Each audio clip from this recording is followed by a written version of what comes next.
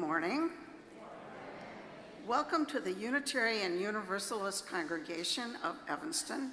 I'm Sarah Vanderwicken, she, her, your worship associate for this morning. I'm here with Nellie Eastman, who's a member of our congregation along with her two children. Nellie received her Master of Divinity from the Lutheran School of Theology here in Chicago, and we're really pleased she's leading our service this morning. Whether this is your spiritual home or you're newly discovering this community, we're grateful to share this time together.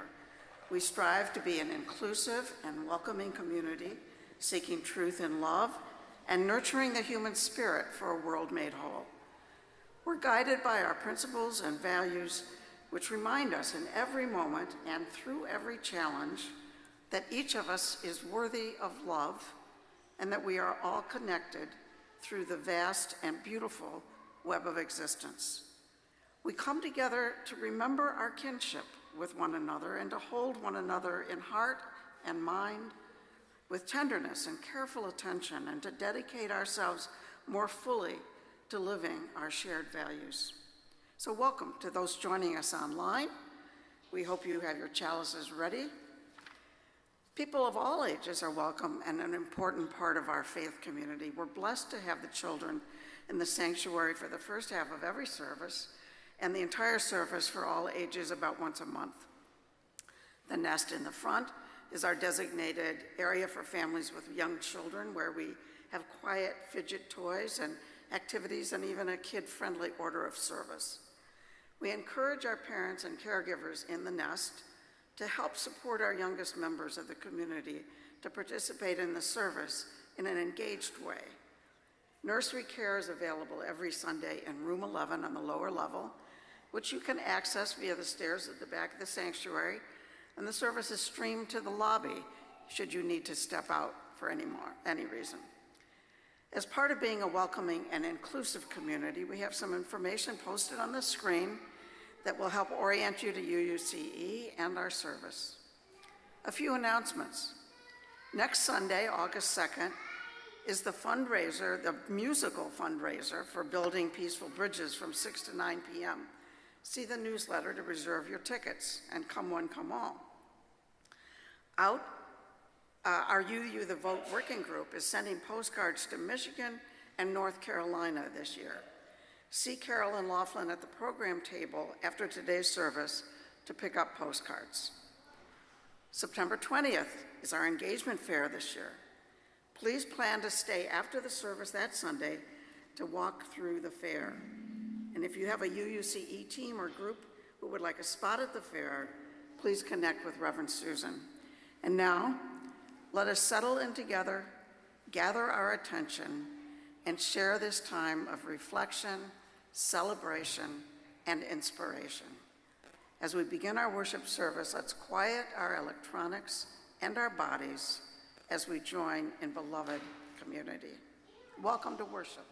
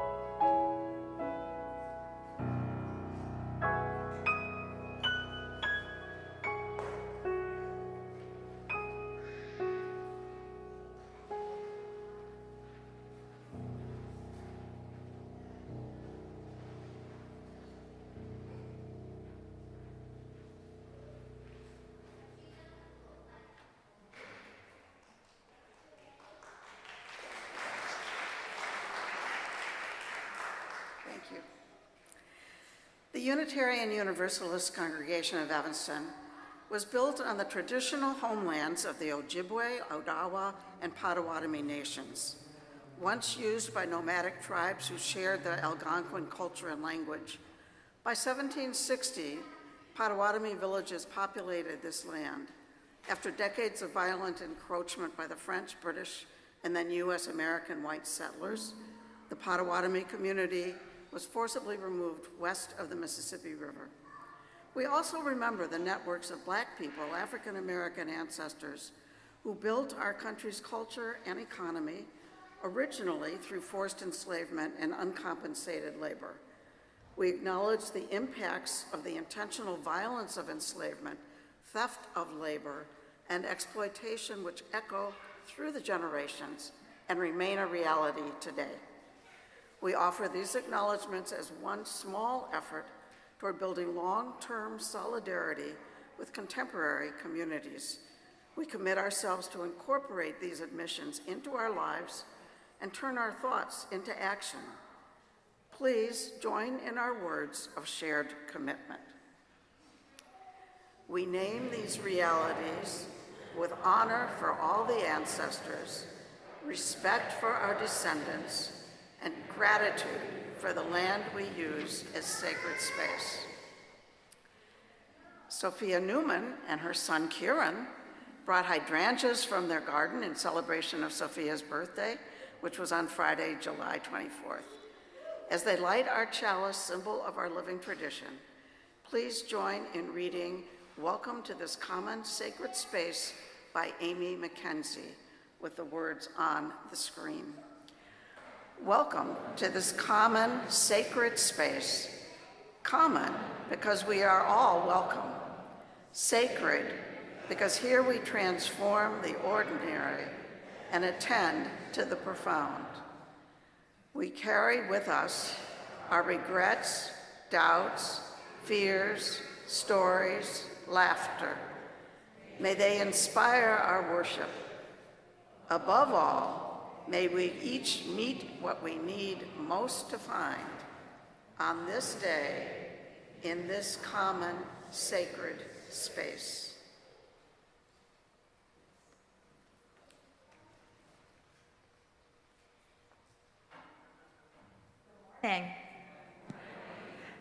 Kieran, would you like to help me read the covenant this morning since you brought the flowers? If you don't want to, it's okay. Yeah, your mom can come. All right. Kieran. You don't want to do it, we don't have to. We can pick somebody else, honey. Can you ask people to stand, to rise in body or spirit? Okay, not for No, not today, not this morning. That's all right. Thank you, Kieran, for bringing flowers this morning. Does someone else want to help us? Yeah, thank you. Thank you. All right. That's okay. Okay, we're going to do it together. Okay, ready? Please rise in body or spirit. Ready? Love is the spirit of this congregation, and service is its law. This is our great covenant. I'm sorry. To seek the truth in love and to help one another. Thank you, everyone, for supporting Kieran. Those of you online, please greet each other in the chat. Those here, please greet each other. Try to find someone new as we build kinship among each other.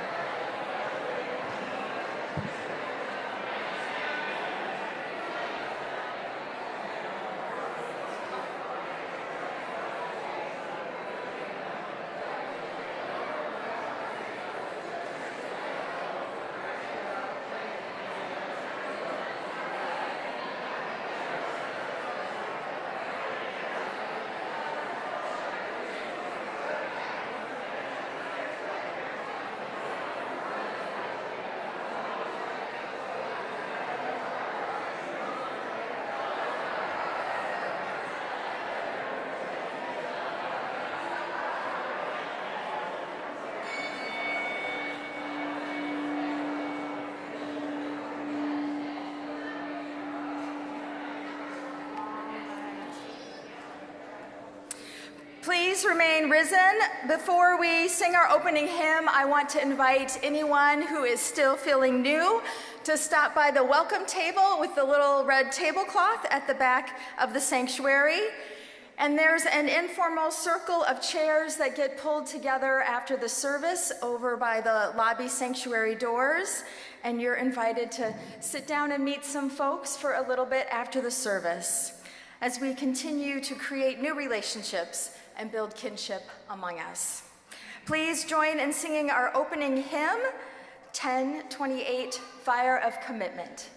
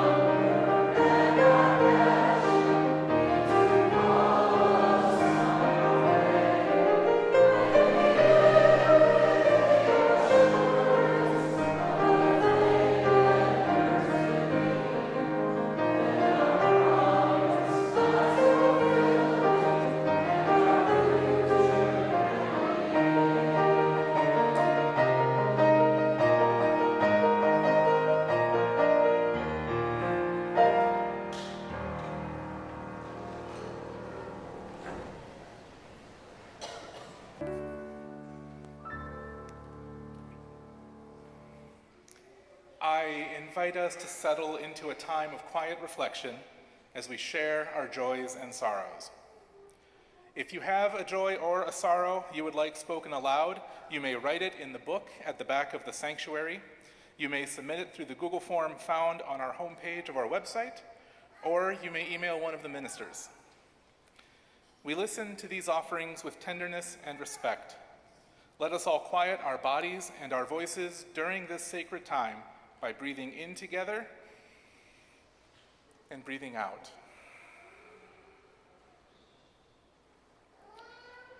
The coverage by the Chicago Tribune at the ICE facility in Broadview, Illinois, regarding the militarized immigration sweeps earned them the 2026 Pulitzer Prize for local reporting.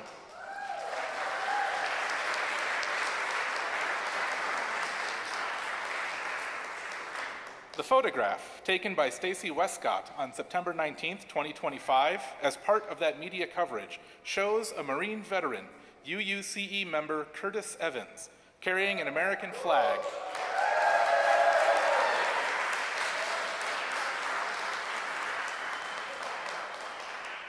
Carrying an American flag through tear gas deployed by federal officers.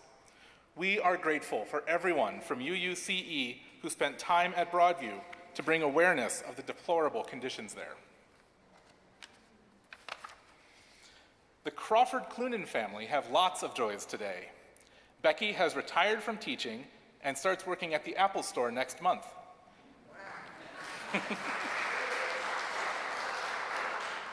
Peggy and Becky celebrated 32 years together on July 16th. And finally, the best news of all is that Peggy's malignant melanoma has been all removed.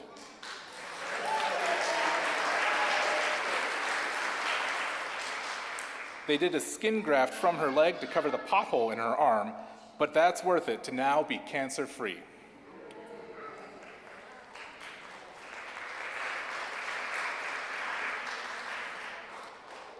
With sorrow, we share the news that beloved member Harry Jones died peacefully on Wednesday with his daughter Elizabeth holding his hand. Harry had turned 96 on July 7th. He was a devoted member of our choir and his covenant group for many years, and he will be missed. A joy and sorrow from Claire and Katie Berta. 2 weeks ago, we welcomed 3 new pet rats who have brought such joy into our lives. This morning, we found that one of them, Sandy, had passed away. We love Sandy dearly and will miss her. A joy from John Butson and, I apologize, I'm having trouble reading the name, Jen Stickler, who are celebrating their 40th wedding anniversary this week.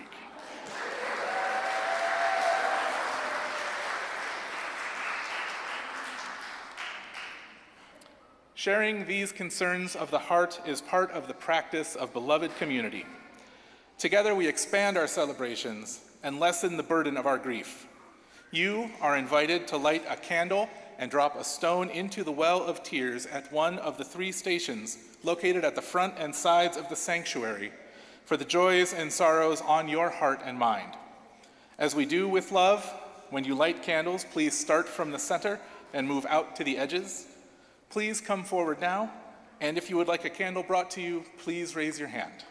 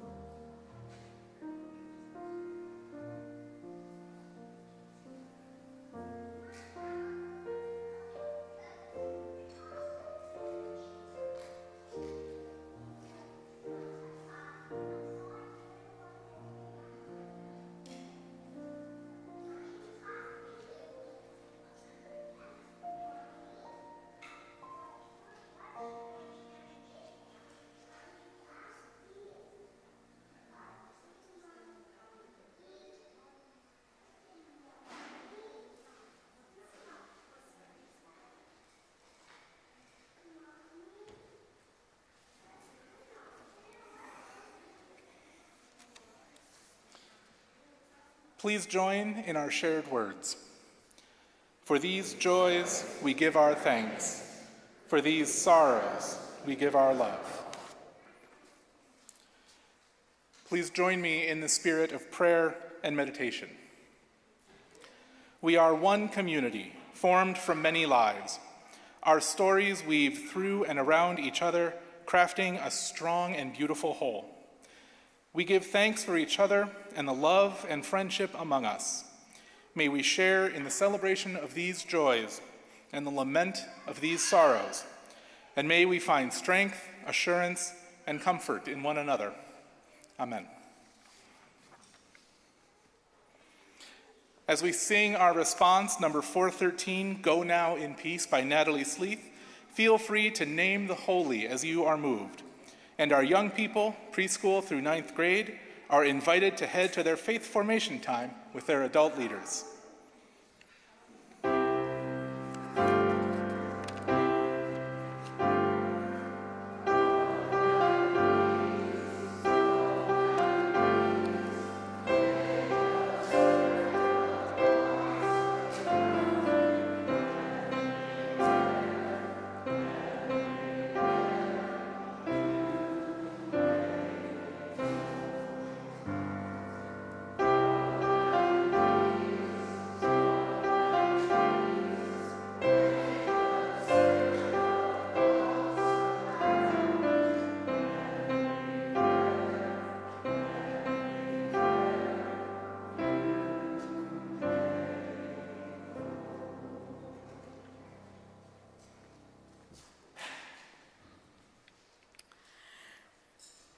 As we say in our covenant each Sunday, service is our law. UUCE is called by our mission, values, and principles to contribute to our community, to form accountable partnerships, and to express gratitude through giving. Today's offering will be shared with the Zacharias Center, which works to mobilize the community toward ending systemic sexual violence while amplifying the voice of survivors through trauma-informed care, advocacy, and prevention education. You may text to give, mail in a check, put cash in the collection bowls, or give from our website. If you write a check, please indicate in the memo line if your check is for the shared offering or some other giving. The ushers will now come forward to pass the collection bowls down the rows. Please give as generously as you're able, and may what you give bring you joy.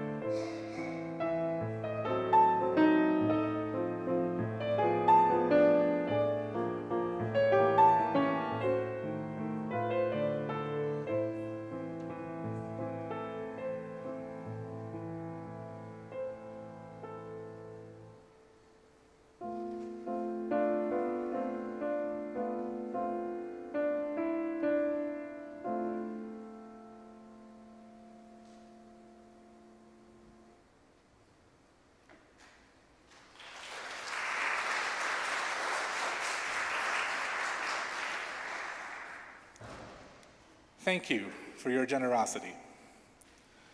Our reading for today is the poem Ode to Briege by Bridget Gordon.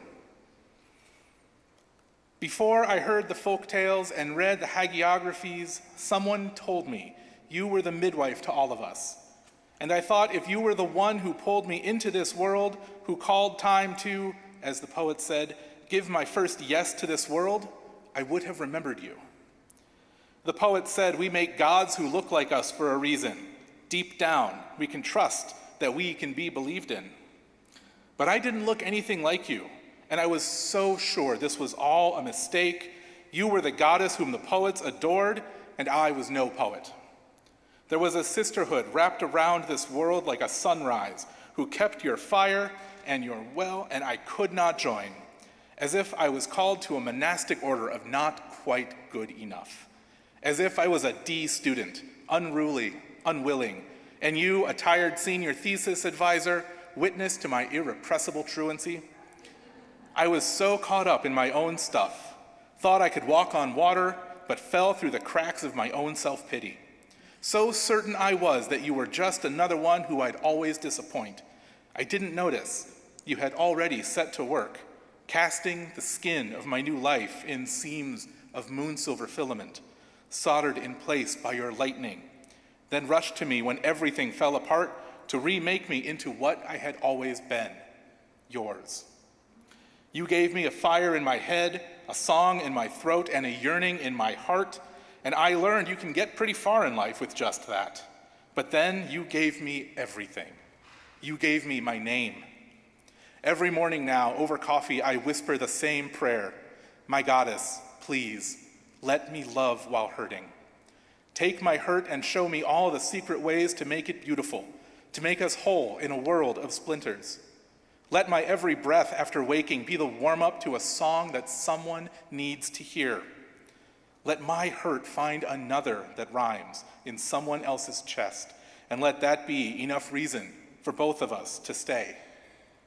Let me hold aloft the cup and the hammer and scream your holy verse until I can't, to heal the heartsick and the grief-struck. Let me be your lightning strike. Let me be your gentle hands, too. Let me hear the bells of your sisterhood and find my way out of the dark. Let me be the reason someone scared of getting hurt doesn't have to feel alone. My goddess, please, let me sing the secret song you sing to the brokenhearted in their sleep. My goddess, please, let me find the secret words so that you'll make me into who I'm meant to be.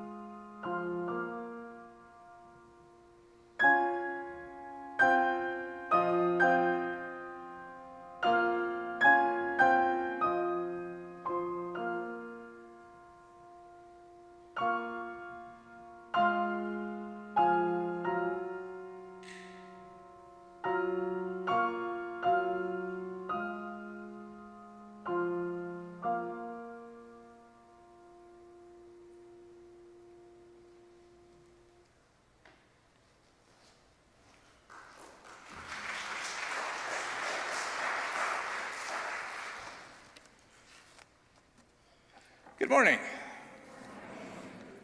I'd like to begin things here by telling you all a little bit about myself, especially for anyone who doesn't know me that well yet. I have had all 4 of my wisdom teeth removed. My favorite color is purple. I am approximately 5 feet 10 inches tall. I have a medication allergy to clindamycin. I prefer cold brew coffee to other preparations. My wallet is made by Carhartt. I have a small scar on the back of my left thumb. I most often wear roughly a size 26 in women's clothes. Have you ever noticed that when we want to know who someone is or we want someone to know who we are, we tell a story about ourselves? Let me show you what I mean. Hi, I'm Nellie. I was born and raised in the Chicago area. My mother was a progressive Lutheran pastor, and most of my childhood was deeply immersed in church involvement. I had an unusually positive experience of what a worship community was like, and long story short, I eventually decided to go to seminary to become a pastor myself. It didn't entirely work out in the end, but it's a big part of how I got to now. A lot less detail in that second go there, but I'll bet dollars to donuts you feel like you learned a lot more about me from my fun facts introduction. I know that for myself, at least, most, if not all, of my identity and my sense of self is defined by the stories that make up my past and my present. Almost anything about me I can explain through the lens of a story. Even when I doubt myself or start to question if I really am who I think I am, I fall back on my stories.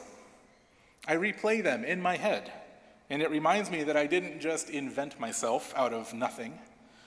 Rather, I have a deep, meaningful history, and I am who I am because of it. Our reading this morning is another such story.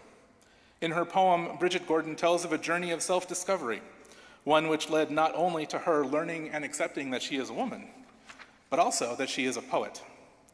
The hurt and uncertainty and fear she describes is intensely familiar to me, as I'm sure it is to many of you. Sometimes we learn that the stories about ourselves we thought were true are actually just made up, and we find ourselves lost and confused. When we don't know our own story, we don't know who we are. Finding our true stories is never a quick or easy process, but it is always worthwhile. Bridget found her story and her goddess, and the assurance and strength she gained informs much of her poetry and her life, as she strives to do for others what Bridget has done for her.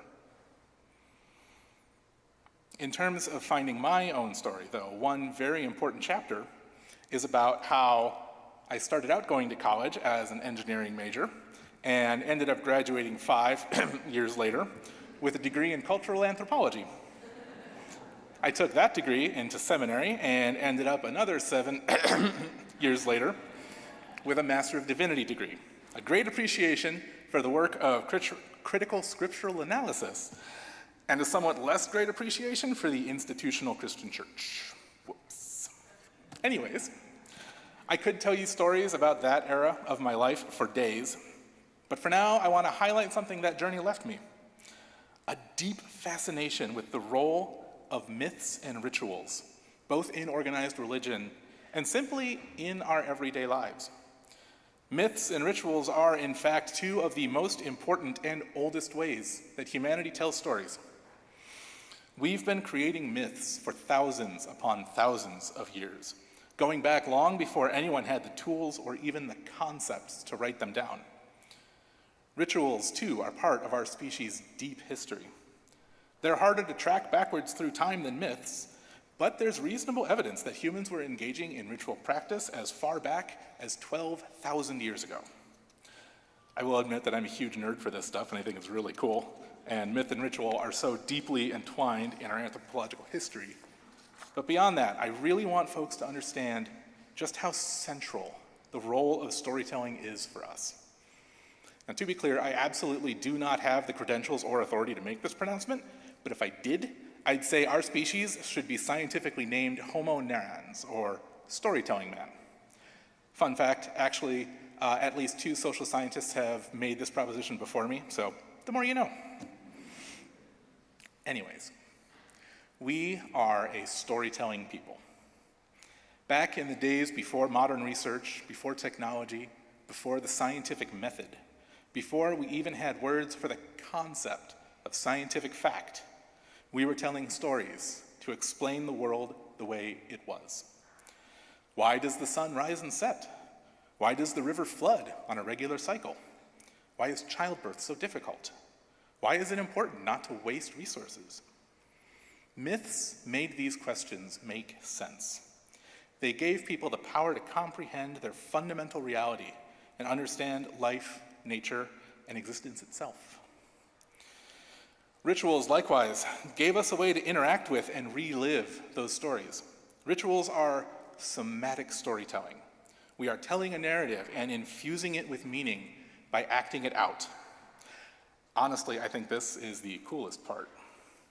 I always felt like rituals seemed weird and arbitrary and silly until I came to understand that they are embodied stories we act out to connect us with a shared history and an understanding of meaning and reality that transcends our ability to explain it in words.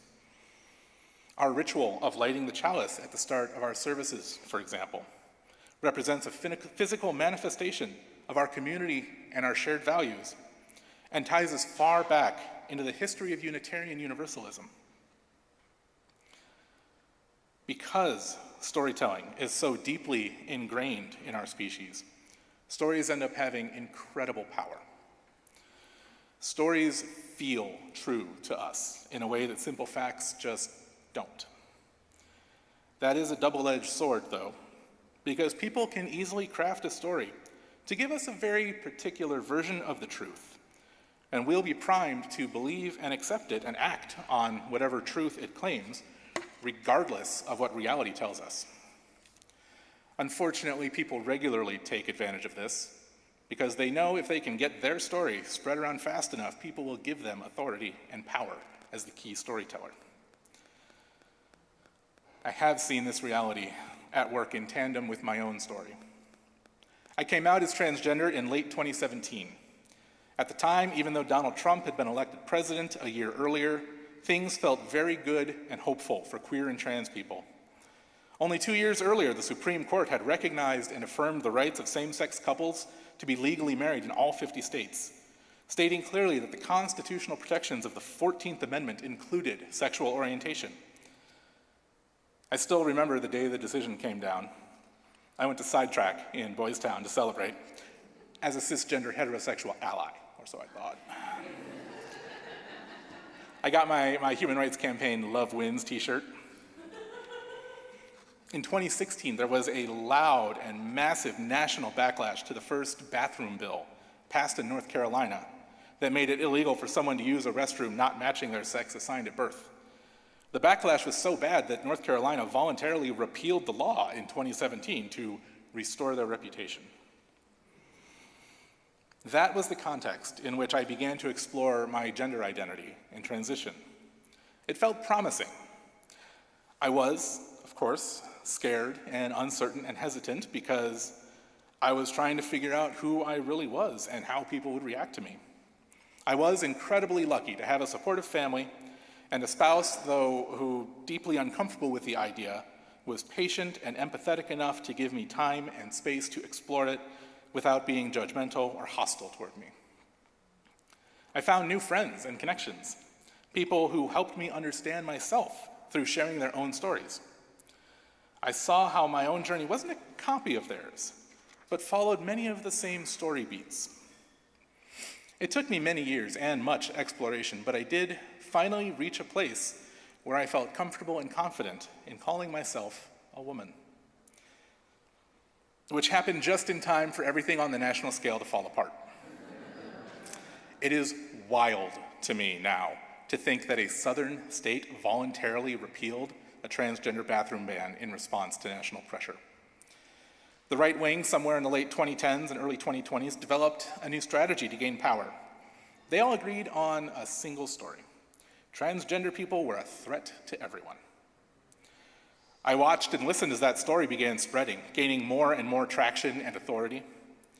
I listened as people attempted to refute it with very clear and simple facts. Statistics clearly showed trans people were far more likely to be victims of violent crimes than their perpetrators. I listened as people pointed out the blatant logical fallacies in every argument against allowing trans people to participate in public life. I knew the facts, the science, and the logic were all on my side, and it was trivially easy to refute the accusations being made about me. But none of that mattered, because the right had found a good story. I am a dangerous ideologue, according to them.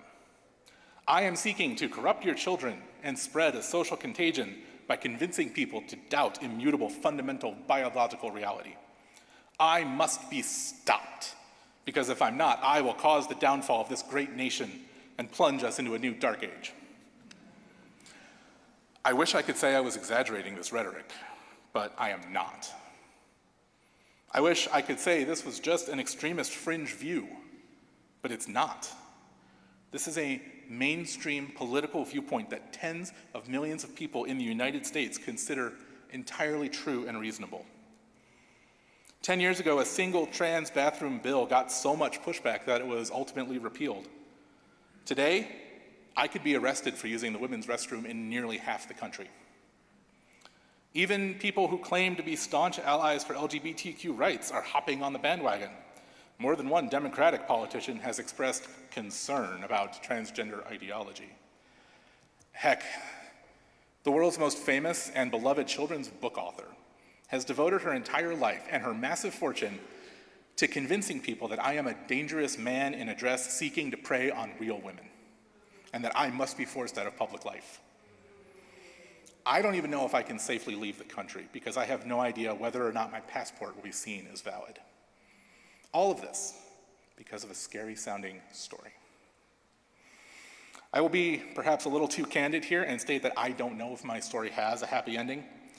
The way things are going in this country right now echoes the story of Germany in the 1920s and 30s far too much for my own comfort.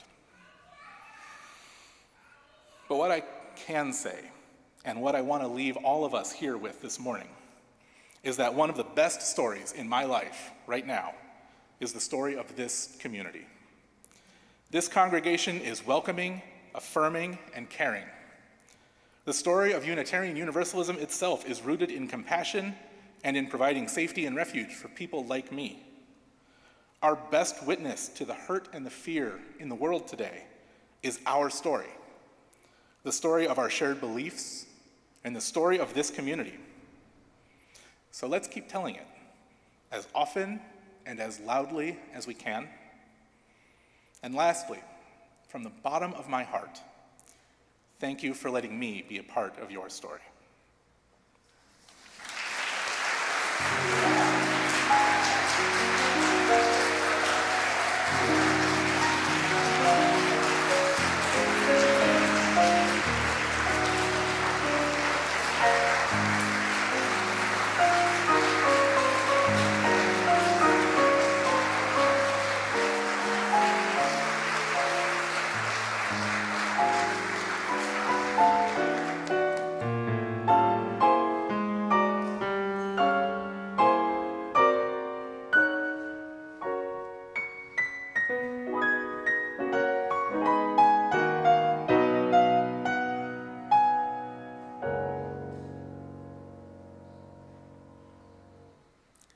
I just have to say thank you, Nellie, for that and the poem.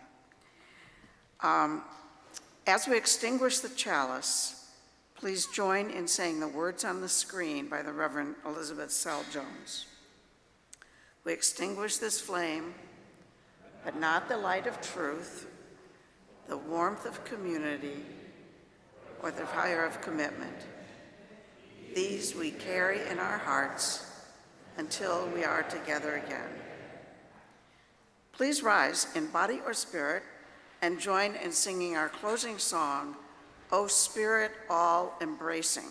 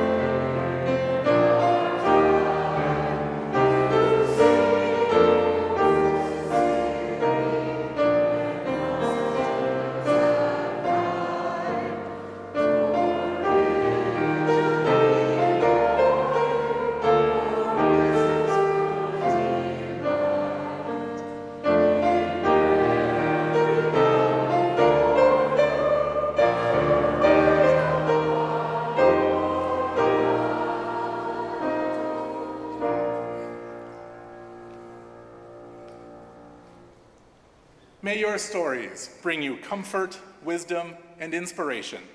And may we all share together in the great story of our love for each other. Go in peace.